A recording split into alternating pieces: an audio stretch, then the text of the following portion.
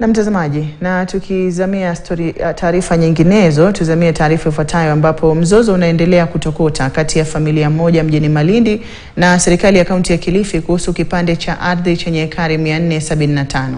Familia ya marehemu Charo Shutu inadai kuwa gavana wa kaunti ya Kilifi Gideon Mung'aro alitangaza kununua ardhi hiyo akiitaja kuwa ya jamii ya Wabohora kwenye mkutano wa umma ili aweze kujenga kiwanja cha michezo.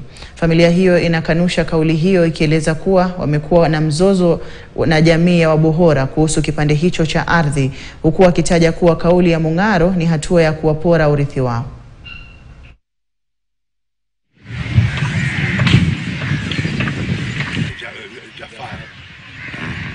Hata hivyo kusikia leo kwamba sini kidogo ndio mic sini hata barua nyingi ambazo amenionyesha hapa nazijua za kutoka mkoloni. Mzee akaandikiwa hapa kwamba sehemu hii ni yake, na akaambiwa huyu akapewa uwezo power of Anton kwamba akae na apate karatasi akingojea, na akaendelea kulipa mpaka dakika hii. Najua hapa ni kwake.